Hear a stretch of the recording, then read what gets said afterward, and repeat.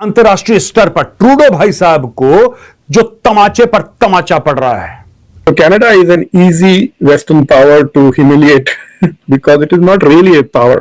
I also don't think that is a smart move for Canada because I don't think कि France वगैरह like अभी जैसा मैं आपको बता रहा था are going to stand up with Canada against India.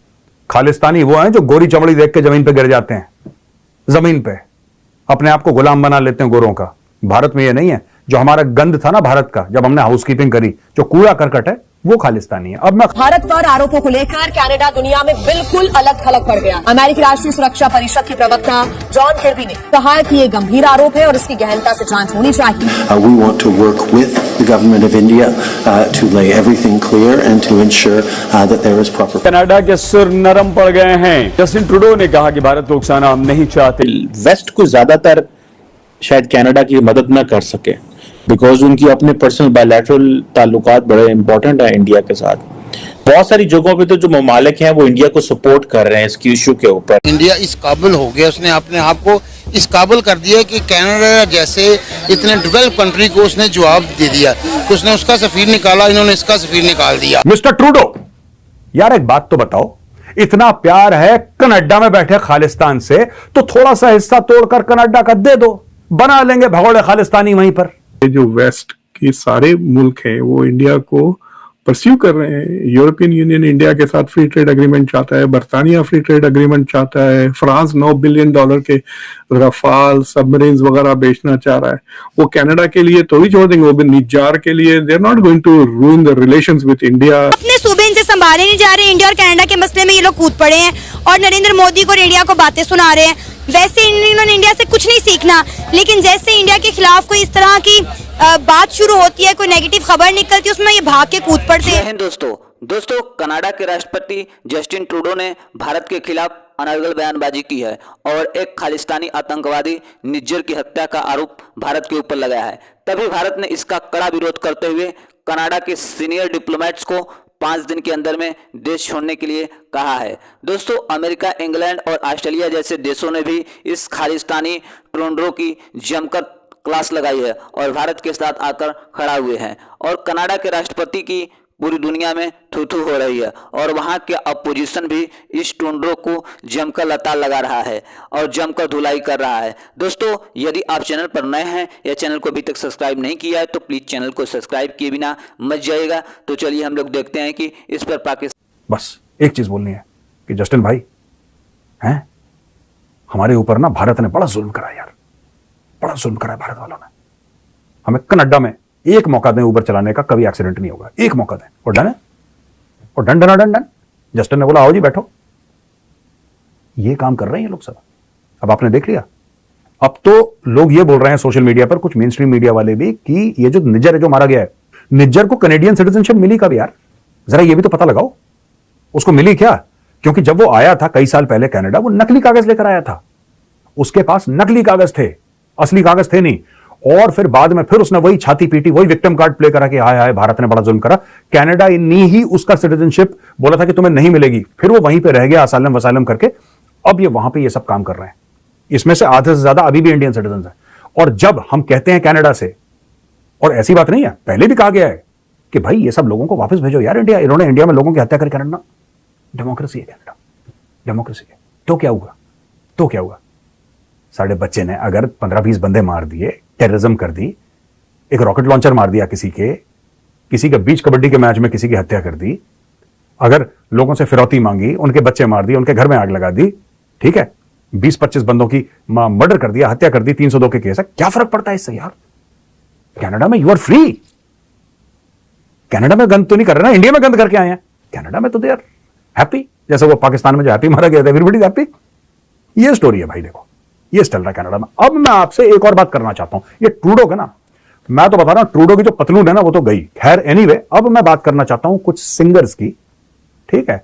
ये जो ड्रामा करते हैं ना, इंडियंस भी बहुत करते हैं, बहुत ज्यादा। हम में से ही कुछ लोग हैं इतने बड़े ड्रामेबाज हैं। आर्टिस्ट के लिए कोई बॉर्डर नहीं होता। तुम ऊपर से आए हो, आर्टिस्ट के लिए बॉर्डर नहीं होता। घुस के दिखाना जरा America without passport, without visa. मार मार के सुझा नहीं दिया ना उन लोगों ने, फिर मेजर के पास आना। They have no borders and ये सब नाटक मत करा करो, ठीक है। अब मैं तुम्हें एक्सपोज करता हूं।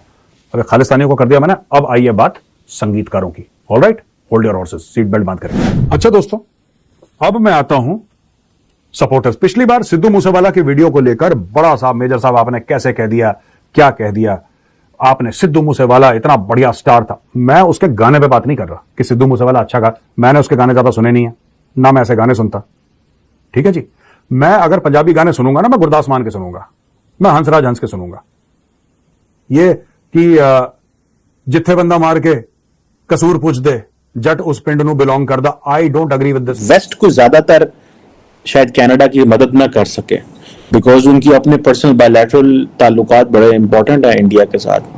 बहुत सारी जगहों पे तो जो ममालिक हैं वो इंडिया को सपोर्ट कर रहे हैं इसकी इशू के ऊपर। जो वेस्ट के सारे मुल्क हैं वो इंडिया को परस्यू कर रहे हैं। यूरोपियन यूनियन इंडिया के साथ फ्री ट्रेड एग्रीमेंट चाहता है, बर्तानिया फ्री ट्रेड एग्रीमेंट चाहता है, फ्रांस $9 बिलियन के रफाल सबमरीन्स वगैरह बेचना चाह रहा है। वो कनाडा के लिए थोड़ी छोड़ देंगे, वो भी निजार के लिए। They are not going to ruin the relations with India. जो इंपॉर्टेंट चीज आपने ये भी बात की है कि वेस्ट को ज्यादातर शायद कनाडा की मदद ना कर सके बिकॉज उनकी अपने पर्सनल बायलैटरल ताल्लुकात बड़े इंपॉर्टेंट है इंडिया के साथ। तो फिर वेस्टर्न ये अलायंस का क्या फायदा होगा if they can't stand with the partner.